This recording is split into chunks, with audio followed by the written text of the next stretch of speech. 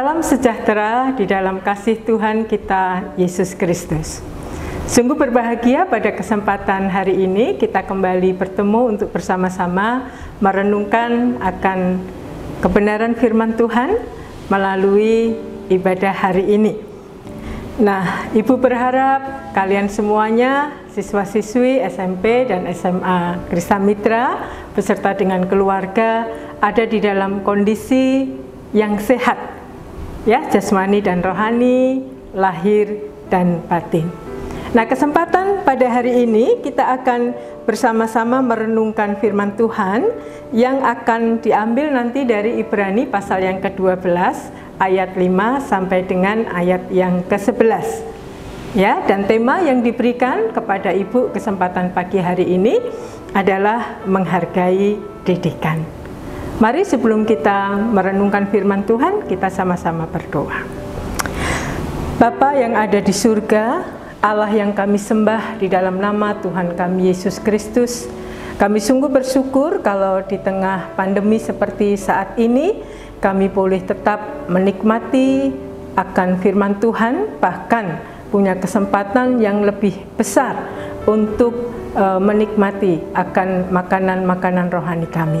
Dan hari ini kami kembali ingin merenungkan bagian daripada firman-Mu, sucikan dan kuduskan hati, pikiran kami, perasaan kami, sehingga kami boleh menerima akan kebenaran ini dengan hati yang terbuka, dan kami boleh menangkap apa yang menjadi kehendak Tuhan dari firman hari ini.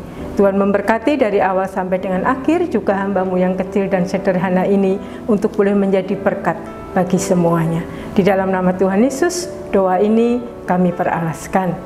Amin. Nah, kita akan membaca firman Tuhan dari Ibrani pasal yang ke-12 ayat 5 sampai dengan ayat yang ke-11. Ibu akan bacakan ya, untuk kita semuanya kita dengarkan bersama-sama. Demikianlah firman Tuhan. Dan sudah lupakah kamu akan nasihat yang berbicara kepada kamu seperti kepada anak-anak? Hai anakku, janganlah anggap enteng didikan Tuhan, dan janganlah putus asa apabila engkau diperingatkannya. Karena Tuhan menghajar orang yang dikasihinya, dan Ia menyesah orang yang diakuinya sebagai anak. Jika kamu menanggung ganjaran, Allah memperlakukan kamu seperti anak. Di manakah terdapat anak yang tidak dihajar oleh ayahnya? Tetapi jikalau kamu bebas dari ganjaran yang harus diderita oleh setiap orang, maka kamu bukanlah anak, tetapi anak-anak gampang. Selanjutnya, dari ayah kita yang sebenarnya kita beroleh ganjaran, dan mereka kita hormati. Kalau demikian, bukankah kita harus lebih taat kepada Bapa segala roh, supaya kita boleh hidup? Sebab mereka mendidik kita dalam waktu yang pendek sesuai dengan apa yang mereka anggap baik. Tetapi Dia menghajar kita untuk kebaikan kita, supaya kita beroleh bagian dalam kekudusannya. Memang tiap-tiap ganjaran pada waktu ia diberikan tidak mendatangkan sukacita, tetapi dukacita. Tetapi kemudian ia menghasilkan buah kebenaran yang memberikan damai kepada mereka yang dilatih olehnya. Yang berbahagia adalah kita yang membaca, mendengarkan, mau merenungkan, terlebih lagi melakukannya dalam kehidupan kita sehari-hari. Puji Tuhan.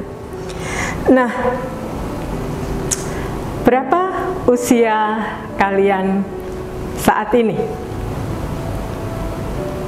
12 tahun?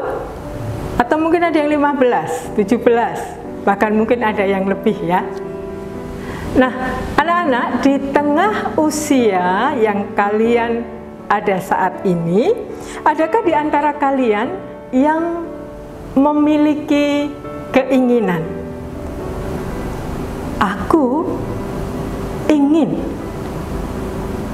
dimarahi oleh ayah atau ibu. Aku ingin sekali ya ditegur oleh ayah ataupun ibuku. Ada? Kalian mengatakan, iya Bu, saya itu pengen banget loh ngalami bagaimana rasanya orang tua itu marah. bagaimana rasanya ditegur oleh mereka. Saya pengen tahu rasanya kayak apa sih? Nah, beberapa dari kalian mungkin tersenyum ya, tapi sebagian yang lain mungkin cemberut. Ah Bu, kalau soal bapak, ibu, mama, papa, atau bahkan oma, opa marah, aduh udah kenyang, tiap hari males saya salah sedikit dimarahi, apalagi kalau salah besar. Saya melakukan sesuatu yang saya pikir baik, ternyata enggak, saya juga dimarahi. Nah pagi ini Ibu ingin mengajak kita merenungkan tentang didikan, tentang teguran dari Bapa kita, Tuhan kita yang mengasihi kita. Nah di antara kita berarti nggak ada ya yang tidak punya pengalaman tidak dimarahi oleh orang tua. Dan kami yang dewasa ya, sebagai orang tua rasanya sama, kami tidak punya pengalaman tidak memarahi, tidak menegur anak-anak yang Tuhan percayakan kepada kami. Ya, semua pernah dimarahi oleh orang tua kita atau oleh orang yang lebih dewasa. Nah anak-anak dan juga Bapak Ibu Saudara yang kasih oleh Tuhan, sesungguhnya siapa sih kita ini? Nah tadi dari kitab Ibrani yang kita baca, Alkitab itu dengan jelas ya menyatakan kepada kita yang membacanya bahwa kita ini adalah anak Tuhan. Dan lebih jelas lagi, bukan cuma anak Tuhan, tapi anak Tuhan yang dikasihi oleh Dia. Jadi kita adalah anak yang dikasihi oleh Tuhan. Nah, kalau kita membayangkan tentang kasih, dikasihi, ya, atau mungkin juga mengasihi, apa sih yang ada dalam pikiran ataupun ada di dalam bayangan kita?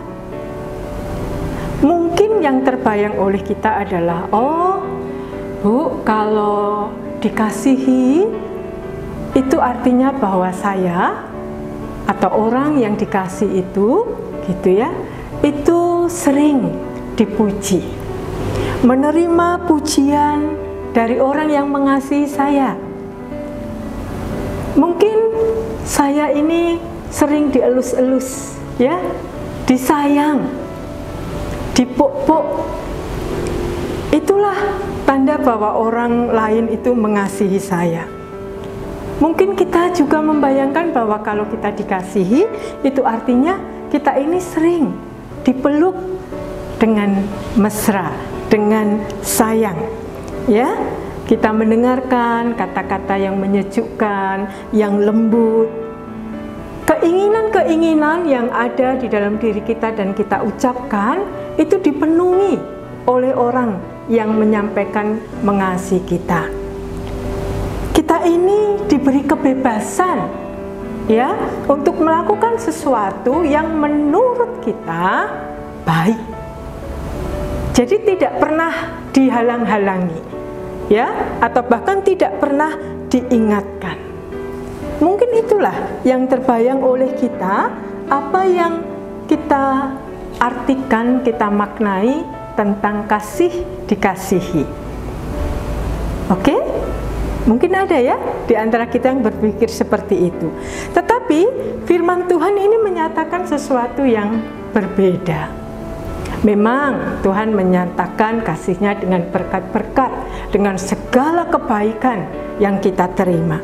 Tetapi pada bagian ini kita juga melihat bahwa Allah itu menyatakan kasih-Nya itu justru dengan hajaran. Ya, disampaikan di ayat 7 tadi, di manakah terdapat anak yang tidak dihajar oleh ayahnya? Nah, kasih yang sejati itu juga diwujudkan dengan cara yang keras. Meskipun memang namanya cara yang keras tentunya tidak menyenangkan buat kita ya yang menerimanya.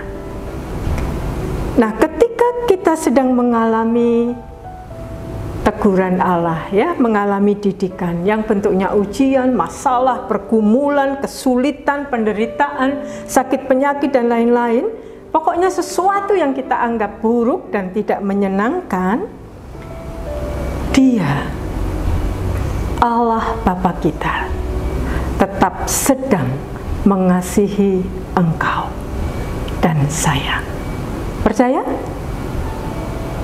Nah, ketika orang tua kita itu memarahi kita, menegur kita, apa respon kita ketika kita mengalami hal itu? Nah, teguran yang lembut ataupun teguran yang keras tidak akan punya makna apa-apa, tidak akan berpengaruh apa-apa jika kita itu tidak mengambil waktu untuk memikirkannya, merenungkannya. Apa toh yang salah? Kok sampai orang tuaku tidak senang dan menegur aku, bahkan memarahi aku? Kenapa? Kok sampai mereka itu bersikap seperti itu kepada aku? Apa yang tidak berkenan? Apa yang salah? Apa yang diinginkan oleh mereka? Sesungguhnya apa yang benar? Kok sampai aku ini kena marah? Nah, anak-anak yang kasih oleh Tuhan, dengan merenungkan, kemudian menemukan arti dari peristiwa itu, kemudian kita bisa menemukan apa yang bisa diperbaiki, dan kemudian kita merencanakan perubahan untuk perbaikan itu. Nggak berhenti di situ, kita bisa atau bahkan harus melakukannya di kemudian hari. Nah, demikian juga ketika Bapa kita itu mendidik kita, ketika didikan Tuhan itu hadir dalam kehidupan kita, itulah juga waktu kita seharusnya berpikir, merenungkan, berdoa, apa maksud daripada hal yang sedang kita alami itu, yang tidak menyenangkan. Nah, dengan respon yang seperti itu, maka artinya kita ini sedang belajar untuk mengalami Tuhan di dalam kehidupan kita. Kita bisa berespon yang tepat dan kemudian kita menghargai. Itu menunjukkan bahwa kita menghargai Tuhan dan didikannya, dan di tengah kita merenungkan itu, di tengah kesulitan, penderitaan, kegagalan yang sedang terjadi dalam kehidupan kita, kita bahkan dibantu ya untuk bisa mengingat apa janji Tuhan di tengah-tengah penderitaan, di tengah-tengah didikan dan ganjaran itu.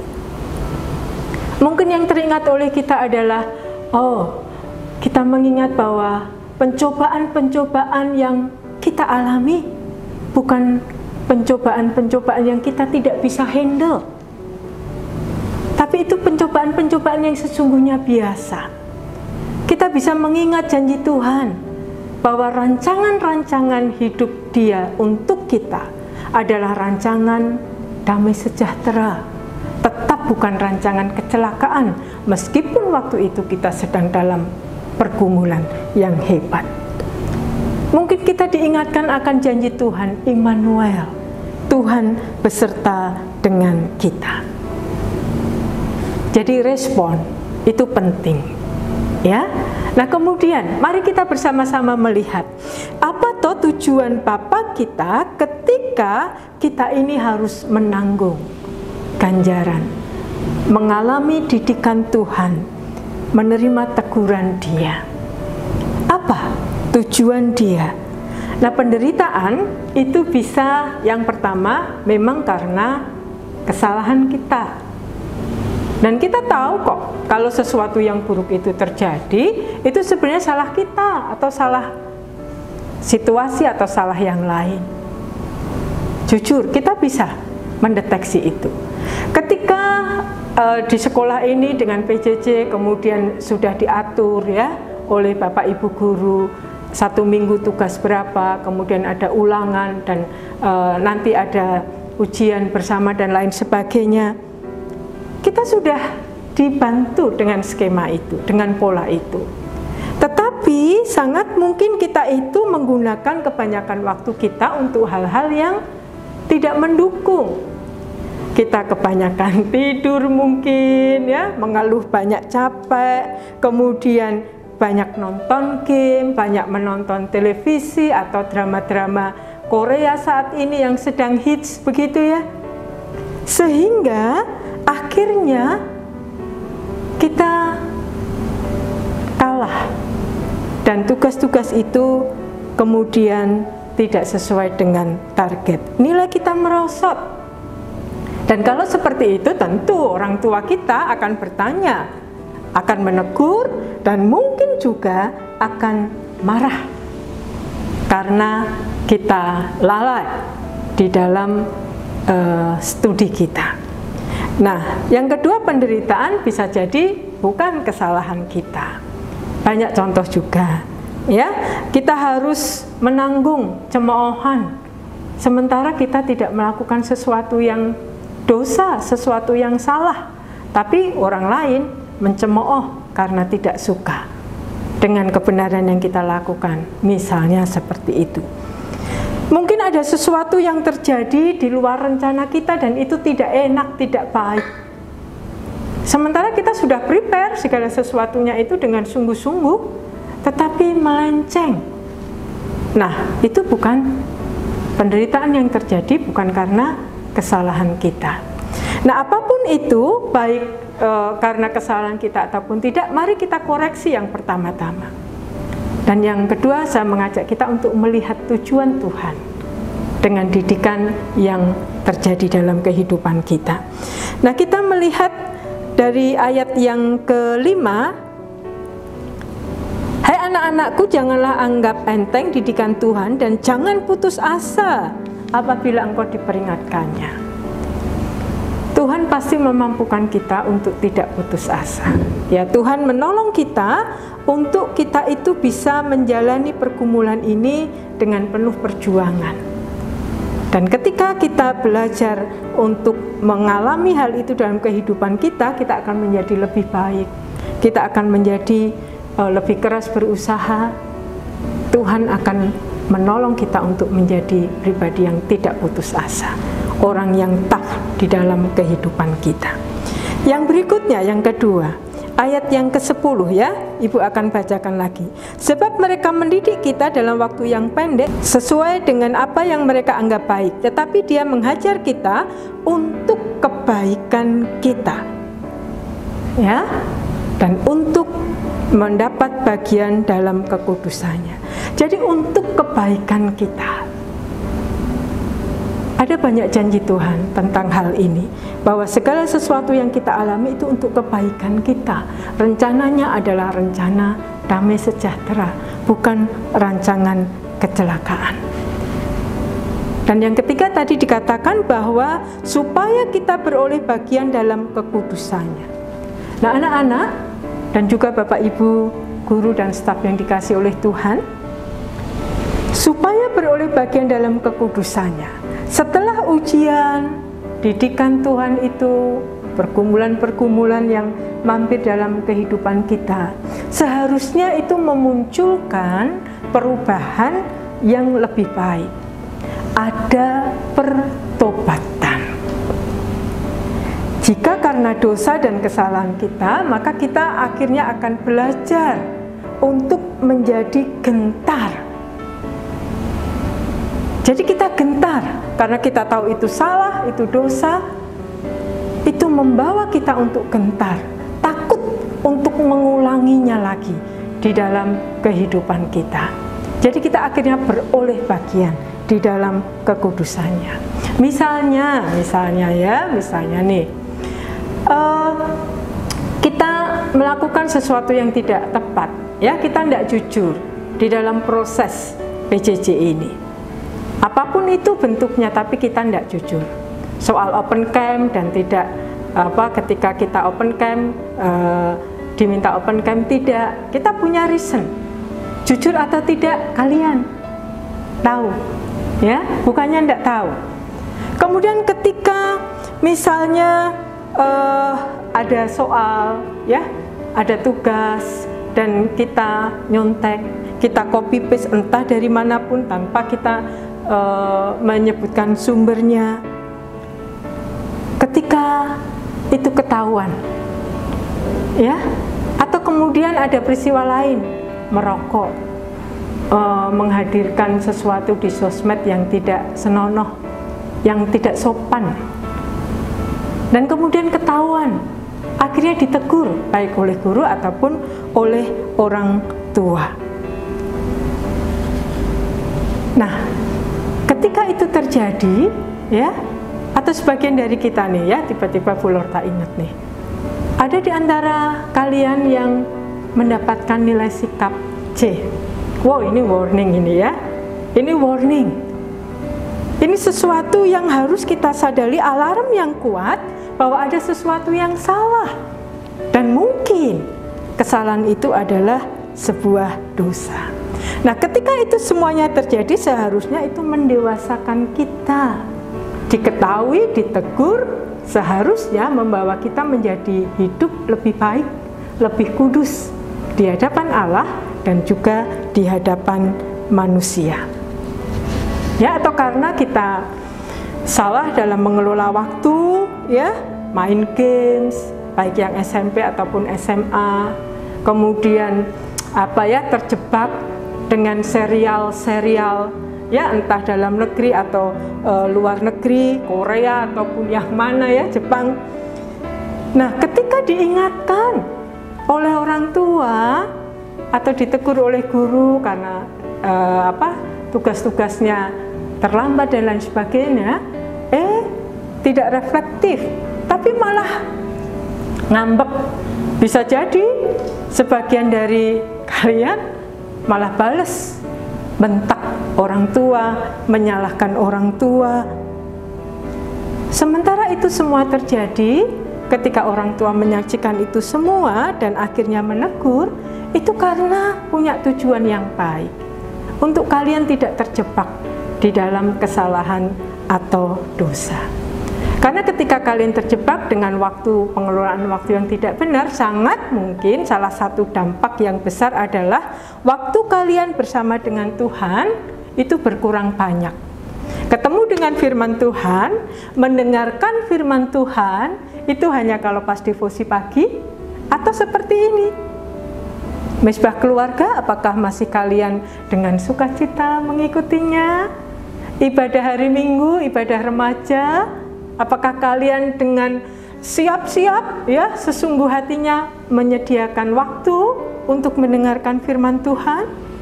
Saat teduh secara pribadi, doa secara pribadi. Ketika kita kehilangan itu semuanya, maka kita jauh dari kekudusan. Karena kita tidak tahu apa yang dikehendaki oleh Allah. Nah, yang keempat, didikan teguran, ya, itu tidak berarti selalu merupakan hukuman yang buruk. Bisa jadi hukuman yang baik. Untuk apa? Untuk memberikan disiplin kepada kita.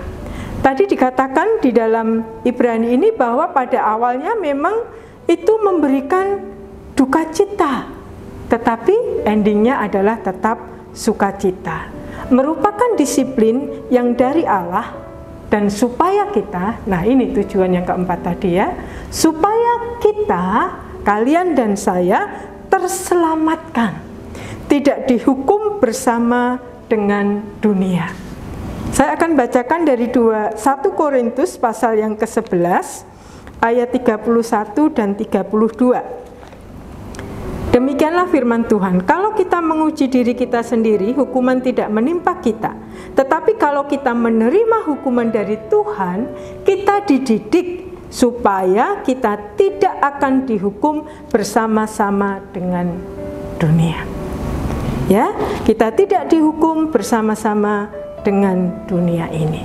Jadi apa artinya? Kita diselamatkan justru karena didisiplin, dididik oleh Tuhan, diingatkan untuk bertobat dan melakukan hal yang baik. Nah, anak-anak sekalian yang dikasihi Tuhan, mari kita belajar untuk melakukan firman Tuhan. Ya, tidak menjadi generasi yang tidak dikasih Tuhan, tapi menjadi anak Tuhan, menjadi generasi yang tetap dikasih Tuhan, menerima dan melakukan kebenaran dengan meneladani Tuhan Yesus. Jadi kalau kita baca di dalam Ibrani di bagian yang awal, maka disampaikan tentang teladan Yesus sebagai anak Allah. Dan kita sudah mengenal Yesus ya di dalam kehidupan kita. Mari kita meneladani Dia sebagai anak Bapa, dan kita juga sebagai anak Bapa, kita seperti Yesus menjadi anak Bapa.